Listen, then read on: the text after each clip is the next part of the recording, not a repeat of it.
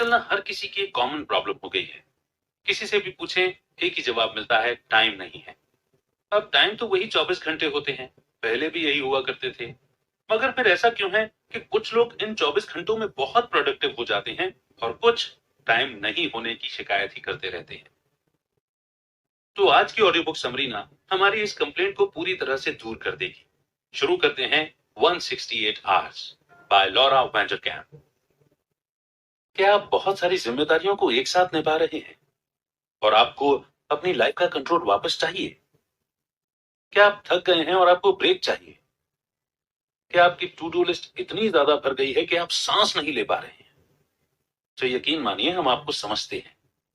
हो सकता है कि आपको लगे कि आप उस हद तक बिजी हो गए हैं जहां आपको अपना काम, फैमिली या पर्सनल लाइफ के बीच में किसी एक को चुनना पड़ता है। पर अगर आपको इनमें से किसी भी चीज को चूज करने की जरूरत ही ना पड़े तो कैसा हो अगर आपको आपका काम और पर्सनल लाइफ दोनों ही मिल जाएं और आप एक बैलेंस्ड लाइफ जी पाएं? आप एक वर्ल्ड क्लास कंपनी चला सकते हैं और साथ ही हाइकिंग के लिए एक दिन की छुट्टी का मजा भी ले सकते हैं। कितना अमेजिंग है ना ये बुक आपको सिखाएगी कि टाइम कैसे काम करता है और आप बिजनेस चलाने के साथ साथ एक भरपूर जिंदगी कैसे जी सकते हैं। सबसे पहले आप ये जानकर हैरान होंगे कि अपना टाइम बिताने की आपकी जो भी अंडरस्टैंडिंग है वो गलत है। आप हफ्ते के 168 घंटों की सच्चाई के बारे में जानेंगे। जब आप अपने टाइम को लेकर कॉन्शियस होना सीख लेंगे, तब ये बुक आपको अपनी उन खास काबिलियतों को खोजने में गाइड करेगी जिन्हें आपको अपनी लाइफ का फोकस बनाना चाहिए। फिर आप अपनी अगली सीढ़ी चढ़ सकते हैं, जो है आपके ड्रीम जॉब पाने का। और इस बुक को पढ़ने के बाद आपको ये बात पता चलेगी कि अगर आपको कहीं और जॉब नहीं मिलती तो खुद के लिए जॉब पैदा करना पॉसिबल है। आपका ड्रीम जॉब आपको और भी ज्यादा खुशहाल, प्रोडक्टिव और क्रिएटिव बनाएगा। ये आपको एक डिस्कवरी करने के लिए पुश कर सकता है जो शायद दुनिया को ही बदल दे। क्या पता अगले किसी बड़े प्रोडक्ट या किसी कंपनी को शायद आपके स्किल्स की जरूरत पड़े। आपके इस रास्ते के बीच अगर कुछ खड़ा है तो वो है आपके टाइम और उसे मैनेज करने की समझ। अपने कैलेंडर को अपने कंट्रोल में रखने के लिए आप हमें ज्वाइन कीजिए और सीखिए। तो आइए शुरुआत करते हैं। समझते हैं इस चैप्टर को, टाइम की कमी का सच। क्या आपके पास ऐसा कुछ है जिसे करने का आप सपना तो देखते हैं लेकिन आपके पास इसे करने का टाइम नहीं है? क्या आपके पास सपनों की ऐसी लिस्ट है जिसे आप हासिल तो करना चाहते हैं लेकिन आप अपने बिजी टाइम टेबल में उसे शामिल नहीं कर पा रहे? ऐसा है तो आप इसमें अकेले नहीं हैं। सबको लगता है कि वे जरूरत से ज्यादा काम कर रहे हैं और उतनी नींद नहीं ले पा रहे जितना चाहते हैं। वे शिकायत करते हैं कि उनके पास अपने बच्चों और अपनी हॉबी के लिए टाइम काफी नहीं है। आश्चर्य की बात यह है कि रिसर्च ने इन सब लोगों की सोच को गलत साबित किया है। जब लोगों के ग्रुप को हर दिन वे क्या करते हैं उसकी एक डायरी रखने के लिए कहा गया, तो नतीजों से पता चला है कि हर कोई रात में 8 घंटे से ज्यादा सो रहा था। जितना वे सोचते हैं उससे कम काम कर रहे थे और ज्यादा टीवी देख रहे थे। ये रिसर्च बताती है कि लोगों को अपना टाइम कैसे बिताना है ये पता ही नहीं है। ये एक ऐसा प्रॉब्लम है जिसे टाइम लॉग रखकर सुलझाने की जरूरत है। जब आपको पता चलेगा कि आप अपने हफ्ते के हर एक मिनट को कैसे बिता रहे हैं, तब आप अपने मनचाही चीजों पर फोकस कर पाएंगे। हालांकि कुछ लोग दावा करते हैं कि काम और फैमिली दोनों में ही उनका सारा टाइम निकल जाता है, पर वहीं कुछ लोग ऐसे भी हैं जो इन दोनों को बैलेंस बनाने में कामयाब हुए हैं। आइए थेरेसा डेटनर का एग्जाम्पल लेते हैं। वे एक सक्सेसफुल औरत हैं जो अपने बच्चों के साथ ट्रिप पर जाती हैं, हाइकिंग करती हैं और अपने कुत्ते को भी घुमाने ले जाती हैं। अब जिन्हें नहीं पता कि थेरेसा की कितनी जिम्मेदारियां हैं, उन्हें लग सकता है कि वो जॉब नहीं करती या फिर रिटायर हो चुकी हैं। लोग उन्हें कभी शिकायत करते हुए या फिर जल्दबाजी में नहीं देखते, क्योंकि उनके पास अपने लाइफ का फुल कंट्रोल रहता है। थेरेसा असल में उन लोगों से भी ज्यादा बिजी हैं जिन्हें आप जानते होंगे। उनके 6 बच्चे हैं और वो एक कंस्ट्रक्शन कंपनी की मालकिन भी हैं जो साल में लाखों कमाती है। आप इमेजिन कर सकते हैं कि 6 बच्चों को बड़ा करने में कितना काम करना पड़ता है और एक कंपनी को चलाने में कितना फोकस चाहिए होता है। फिर भी थेरेसा के पास बुक क्लब ज्वाइन करने का टाइम रहता है। तो वो ऐसा कैसे कर लेती हैं? कम सोना या जल्दी उठने की वजह से नहीं, बल्कि अपने दिन के हर एक मिनट को कैसे बिताना है, इस बात से कॉन्शियस होकर वे ऐसा कर पाती हैं। वे जानती हैं कि कौन से काम पर उन्हें ज्यादा ध्यान देना है, ताकि वे काम, बच्चे और अपनी पर्सनल जरूरतों को बैलेंस कर सकें। थेरेसा के लिए टाइम इतना इंपॉर्टेंट है कि वे अपने टाइम को घंटों से नहीं बल्कि मिनट से मैनेज करती हैं। एग्जाम्पल के लिए जब वे 10 मिनट कार में इंतजार करती हैं, तब वे कार में ही पीछे की सीट पर बैठकर अपने बच्चों को कहानी सुनाती हैं, जिससे वो इस टाइम को यूज कर सके। आप भी वो बुक पढ़ने के लिए टाइम निकाल सकते हैं जिसे आप महीनों से पढ़ना चाहते हैं। आप जितना चाहे टब में नहा सकते हैं और बाहर टहलने भी जा सकते हैं। बस आपको ये देखना है कि आप अपना सारा टाइम कहाँ लगा रहे हैं, और फिर अपनी इच्छाओं को फिट करने के लिए उसमें थोड़ा सा चेंज ला सकते हैं। जब आप अपना फोकस उन चीजों में लगाएंगे जो आपके लिए सबसे ज्यादा जरूरी हैं, तब आपके पास उतना ही फ्री टाइम होगा जितना आप चाहेंगे। और अब इसी के साथ बढ़ते हैं नेक्स्ट चैप्टर की ओर, आपकी सबसे बड़ी काबिलियत। जब हम अपनी लाइफ को डिफाइन करते हैं तो पाते हैं कि ये हमारे रोजमर्रा के काम का एक कलेक्शन है। इनमें से कुछ काम बहुत ही जरूरी हैं, जैसे कि सांस लेना, और कुछ काम ऑप्शनल हैं, जैसे कि एक हॉबी या शौक। हम जो भी काम चुनते हैं वो हमारी जिम्मेदारी होती है, और हम कैसे अपने दिन के हर एक मिनट को बिताते हैं उस पर हमारा ध्यान रहना चाहिए। आपकी सबसे बड़ी काबिलियत वो काम है जिसे आप औरों के मुकाबले सबसे बेहतर कर सकते हैं। अगर आपको अपनी वो बड़ी काबिलियत मिल जाए, तो आपको इन्हीं कामों पे अपना फोकस रखना चाहिए और बाकी कामों को छोड़ देना चाहिए। आप एक आसान एक्टिविटी करके अपनी सबसे बड़ी काबिलियत को खोज सकते हैं। अपने 1000 सपनों को लिखकर एक लिस्ट बनाइए और उसमें से वो काम करना शुरू कीजिए जिसमें टाइम और पैसे खर्च नहीं होते। आप नोटिस करेंगे कि उन कामों में कुछ तो ऐसे हैं जिनसे आपको प्यार है, कुछ जिनमें आप बहुत अच्छे हैं, और कुछ तो ऐसे हैं जिनसे लगता है कि प्यार तो है पर असल में करने में मजा नहीं आता। आइए जैकी कैम्बोर्ड का एग्जाम्पल लेते हैं। उनके लिस्ट में अपना वेट घटाने का सपना लिखा था। जब उन्होंने स्मोकिंग करना छोड़ा तो उनका वेट फिर से बढ़ने लगा, और ये बात उनके कंट्रोल से निकल गई। वे शादी करने वाली थी और अपनी वेडिंग ड्रेस को पहनकर सुंदर दिखना चाहती थी। इसीलिए जैकी ने जिम जाने का फैसला किया। सबसे पहले जो टेस्ट था, वो था जैकी का अपने फिटनेस क्लास में सबके सामने वेट नापना। वहां के इंस्ट्रक्टर ने जैकी से कहा कि उन्हें क्लास ज्वाइन करने से पहले अपना वेट कम करना होगा। ये एक बुरा एक्सपीरियंस तो था, पर इससे वे पीछे नहीं हटी। जैकी ने जिम जाना शुरू किया और वहां तब तक रोज कार्डियो एक्सरसाइज किया जब तक उनका वेट फिटनेस क्लास ज्वाइन करने लायक नहीं हुआ। जैकी को आगे बढ़ने में न सिर्फ उनके मजबूत इरादे ने, बल्कि इस बात ने भी मदद की कि उसे वर्कआउट करना और लोगों के साथ रहना कितना पसंद था। उसे वहां का माहौल पसंद था। जैकी ने अपने इंस्ट्रक्टर को भी बदल लिया और एक ऐसा इंस्ट्रक्टर रखा जो ज्यादा अच्छा था।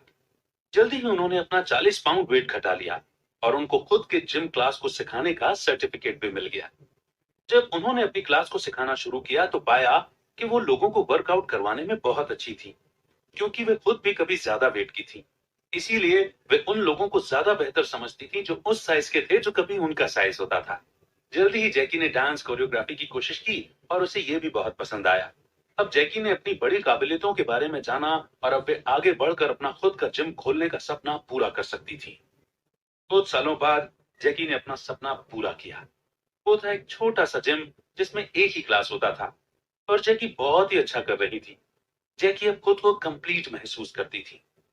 उनके ओवरवेट होने के बैकग्राउंड ने उनको सब साइज के लोगों से डील करने में मदद की, और जल्दी ही वे अपनी इन बड़ी काबिलियतों के कारण मशहूर हो गई। अब जैकी के पास 6 टीचर वाला अपना जिम है, और उनका एक डीवीडी भी रिलीज हुआ था जिसका टाइटल था real world yoga, real people with real bodies. आप भी जैकी जैसा बन सकते हैं और वो काम करके फेमस हो सकते हैं जिस काम से आपको बहुत प्यार है। बस आप वैसा काम ढूंढिए जिसमें आप बेस्ट हैं, और बाकी की बातों को आगे के चैप्टर्स में एक्सप्लेन किया जाएगा। तो राइट जॉब, यानी कि सबसे सही जॉब। बहुत सारे लोग ऐसी कंपनियों में काम करते हुए अपनी पूरी जिंदगी लगा देते हैं जो उन्हें पसंद ही नहीं है, और ऐसा काम करते हैं जिससे वो नफरत करते हैं। सही जॉब चुनना उतना ही जरूरी है जितना अपना हस्बैंड या वाइफ चुनना। अगर आप वो काम नहीं करते जिससे आपको प्यार है, या ऐसा काम करते हैं जो आपको पसंद नहीं है, तो आप थके हारे ही लौटेंगे। सही जॉब के लिए काम करने से आप ज्यादा खुश, मोटिवेटेड और ज्यादा क्रिएटिव होंगे। सही जॉब वही है जो आपको फ्रीडम ऑफ चॉइस देता है, आपको चैलेंज करता है, अच्छा टीम वर्क और सपोर्ट देता है। आपको अपना जॉब छोड़ना नहीं है, बस अभी के जॉब में बदलाव लाना है, ताकि आपके पास अपना कुछ शुरू करने के लिए पैसे जमा हो सके। सही जॉब चुनने के लिए अपने 1000 सपनों की लिस्ट को चेक करें। इसमें से आप उन कामों को चुनिए जो आपका ध्यान खींचता है, चैलेंज करता है और आपको खुश रखता है। अब आप सोचिए कि इन सबको एक साथ कैसे आप अभी के जॉब में शामिल कर सकते हैं। एलन क्रू एक बहुत बड़े एग्जाम्पल हैं, जिन्होंने अपने ड्रीम जॉब को सच्चाई में बदला। वे एक गांव में बड़े हुए थे और बचपन से ही मशीन उड़ाने का सपना देखते थे। एक वक्त था जब एलन ने बांस के डंडों और डक टेप से हैंग ग्लाइडर यानी कि बिना इंजन का हवाई जहाज बनाया था। वो अपने इस क्रिएशन से बहुत ही खुश थे और अपने दोस्तों के साथ मिलकर उन्होंने इसे टेस्ट करने की कोशिश की। वे पहाड़ी से नीचे गिरने लगे और उन्हें इस बात से तसल्ली हुई कि ग्लाइडर क्रैश होने के पहले वो जमीन से कुछ फीट दूर उतरने में कामयाब हो गए थे। एलन क्रैश में बच गए और हाई स्कूल में उन्होंने कुछ और नई चीजें बनाने की कोशिश की। अपने प्रोफेसर की मदद से उन्होंने विंड टनल का एक बेहतर मॉडल तैयार करने की कोशिश की। एरोडायनेमिक्स कैसे काम करता है उसे बेहतर तरीके से समझना उनका गोल था। उन्होंने विंड टनल के सपोर्ट सिस्टम को मैग्नेट से बदलने की कोशिश की। एलन का मानना था कि यह तरीका मॉडल को बेहतर बनाएगा, क्योंकि मैग्नेट हवा के बहाव में कोई दखल नहीं देता है। इस क्रिएशन के लिए उन्हें इनाम दिया गया, जिससे उन्हें और भी आगे बढ़ने का बढ़ावा मिला। एलन ने एरोनॉटिक्स में पीएचडी की और बहुत सारे आविष्कार किए। उनका एक फेमस आविष्कार है स्विफ्ट, जो कि एक ऐसा प्लेन है जिसे उड़ने के लिए इंजन नहीं चाहिए। स्विफ्ट को पैरों से लॉन्च किए जाने वाला सेल प्लेन भी कहा जाता है। ये कोई भी आवाज नहीं करता और चिड़ियों की उड़ान की नकल करता है। एलन को बचपन से ही अपनी बड़ी काबिलियत के बारे में पता था। क्या आपको लगता है कि वो इतने कामयाब होते अगर वे एक खेत में काम करते जिसके लिए उनमें कोई जोश नहीं था? बिल्कुल नहीं। बचपन से टीनेज और बड़े होने तक एलन उड़ान भरने के सपनों के लिए प्रैक्टिस करते रहे और काम करते रहे। इसीलिए वे कामयाब हुए। लोग कहते हैं कि लंबी शादीशुदा जिंदगी के लिए कड़ी मेहनत करनी पड़ती है। यही बात अपने पैशन को पूरा करने में भी लागू होती है। और अब नेक्स्ट चैप्टर है अपना कैलेंडर कंट्रोल करना। कहने का मतलब यह है कि ज्यादातर लोग ऑफिस के रोजाना के काम में डूब जाते हैं। उन्हें यह एहसास ही नहीं होता कि इनमें से ज्यादातर काम जरूरी ही नहीं है। आप बिजी हैं इसका मतलब ये नहीं है कि आप प्रोडक्टिव हैं। अपने हर हफ्ते के 168 घंटों को बेहतरीन बनाने के लिए आपको उन कामों को करना छोड़ देना चाहिए जो आपके जॉब या फिर आपकी जिंदगी में कोई वैल्यू नहीं जोड़ता है। ये काम बस टाइम की बर्बादी है। आपको इनके बजाय अपनी काबिलियत के कामों को करना चाहिए। जब आप अपने कैलेंडर को साफ करेंगे तो आप उन चीजों में फोकस कर पाएंगे जिस पर काम करने से आपकी लाइफ में गहरा असर होगा। आइए जॉन एनर के बारे में जानते हैं, जिन्होंने अपनी काबिलियत से करोड़ों लोगों की जिंदगी बदल दी। John the Independent Press Association के फाउंडर थे। 6 साल बाद उन्होंने अपनी ऑर्गेनाइजेशन को एक छोटे बिजनेस से बड़ी कंपनी में बदल दिया, जो कई सौ मैगजीनों को बिजनेस सर्विसेज देती थी।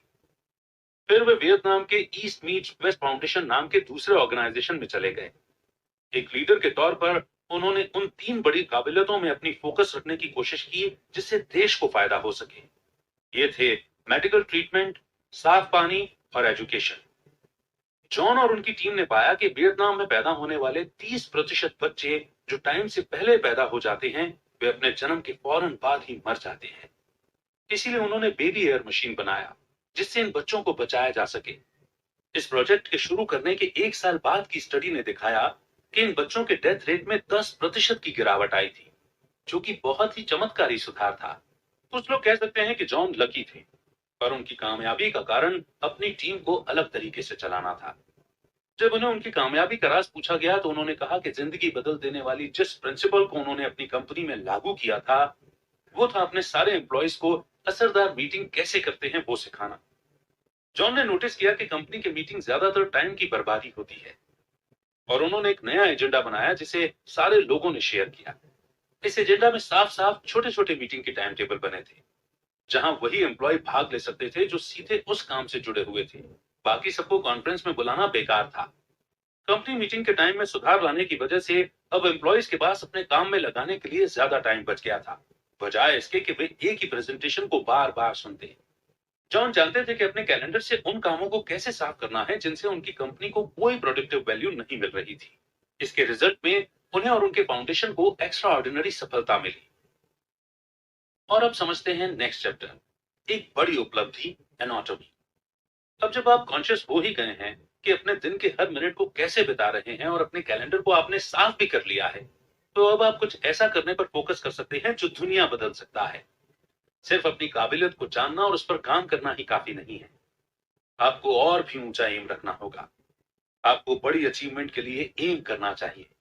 ऐसा आप तभी कर पाएंगे जब आपकी नजर अपने अगले बड़े मौके पर रहेगी, जब आप उसे सही तरीके से पूरा करने के लिए काम करेंगे, अपॉर्चुनिटी के लिए तैयार रहेंगे और फिर सफलता की सीढ़ी चढ़ेंगे। लिया इंग्राम एक ब्लॉगर थी। वो शादियों के बारे में लिखती थी, पर उन्हें उस काम से नफरत थी।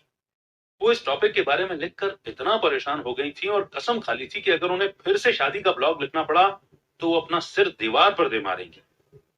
उनका बचपन एक ऐसे परिवार में गुजरा था जो कम खर्चीला था। उसके बावजूद 40 की उम्र तक पहुंचते पहुंचते लिया बहुत कर्ज में डूब गई थी। इसीलिए उन्होंने डिसाइड किया कि अब वे कम बजट वाली लाइफ को अपना नया स्किल बनाएंगी। वो उस सब्जेक्ट पर एक्सपर्ट बनकर ब्लॉग लिखना चाहती थी। इसलिए जहां से मिले वहां से कुछ नया सीखने की उसने ठान ली थी। लिया ने हफ्ते के 5 दिनों को नए ब्लॉग लिखने में लगाए। उन्होंने ये सवाल नहीं किया कि ये काम करेगा या नहीं, लेकिन सिर्फ अपने दिल की सुनी और काम करती रही।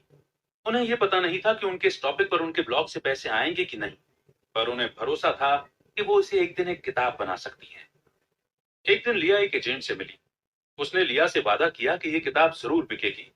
लेकिन उस एजेंट ने कई पब्लिशरों से मुलाकात की तो सबने कहा कि ऐसा टॉपिक तो आज तक मार्केट में नहीं बिकता। उनकी बात किसी पब्लिशर ने नहीं सुनी, पर लिया को खुद पर बहुत भरोसा था। उन्होंने हफ्ते के 5 दिन ब्लॉगिंग करना जारी रखा और 1 साल बाद लोगों ने उन पर ध्यान देना शुरू किया। इकोनॉमी नीचे चली गई थी, जिसके कारण लोगों को कम बजट वाले लाइफस्टाइल को अपनाना पड़ा।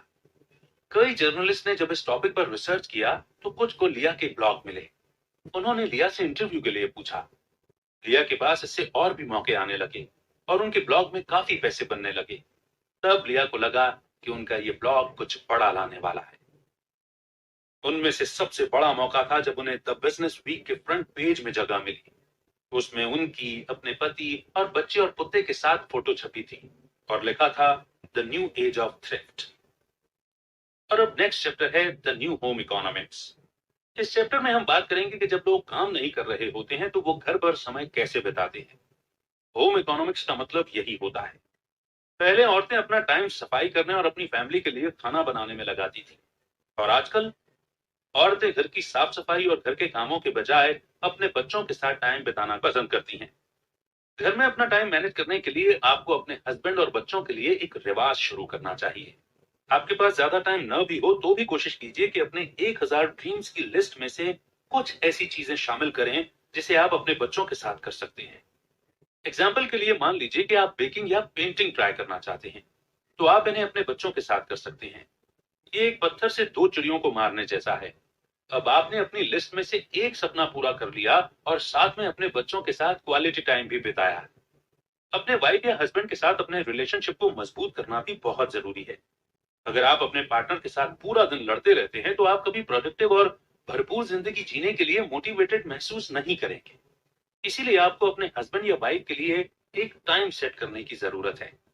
अगर आप अपने बच्चों को किसी के पास छोड़ सकें तो आपको डेट नाइट या फिर वीकेंड में कोई ट्रिप पर जाना चाहिए। अगर आप ऐसा नहीं कर सकते हैं तो अपने बच्चों के सो जाने के बाद कुछ घंटों के लिए घर पर ही रोमांटिक सा माहौल बनाकर अपने पार्टनर के साथ टाइम बिताइए। इससे आपको घर के बाहर जाने की भी जरूरत नहीं पड़ेगी। आपके घर के आंगन या फिर बालकनी को ही आप अपनी डेट के लिए तैयार कर सकते हैं। नए घर की इकोनॉमिक्स को बेहतर समझाने और बताने के लिए पहले के मुकाबले अब ये कैसे अलग है, आइए हम दो अलग अलग औरतों की कहानी सुनते हैं। एक है पुराने जमाने की और दूसरी आज की। मिसेस थेल्मा मेयर 1990 के जमाने की थी और वो एक परफेक्ट वाइफ की मूर्ति थी।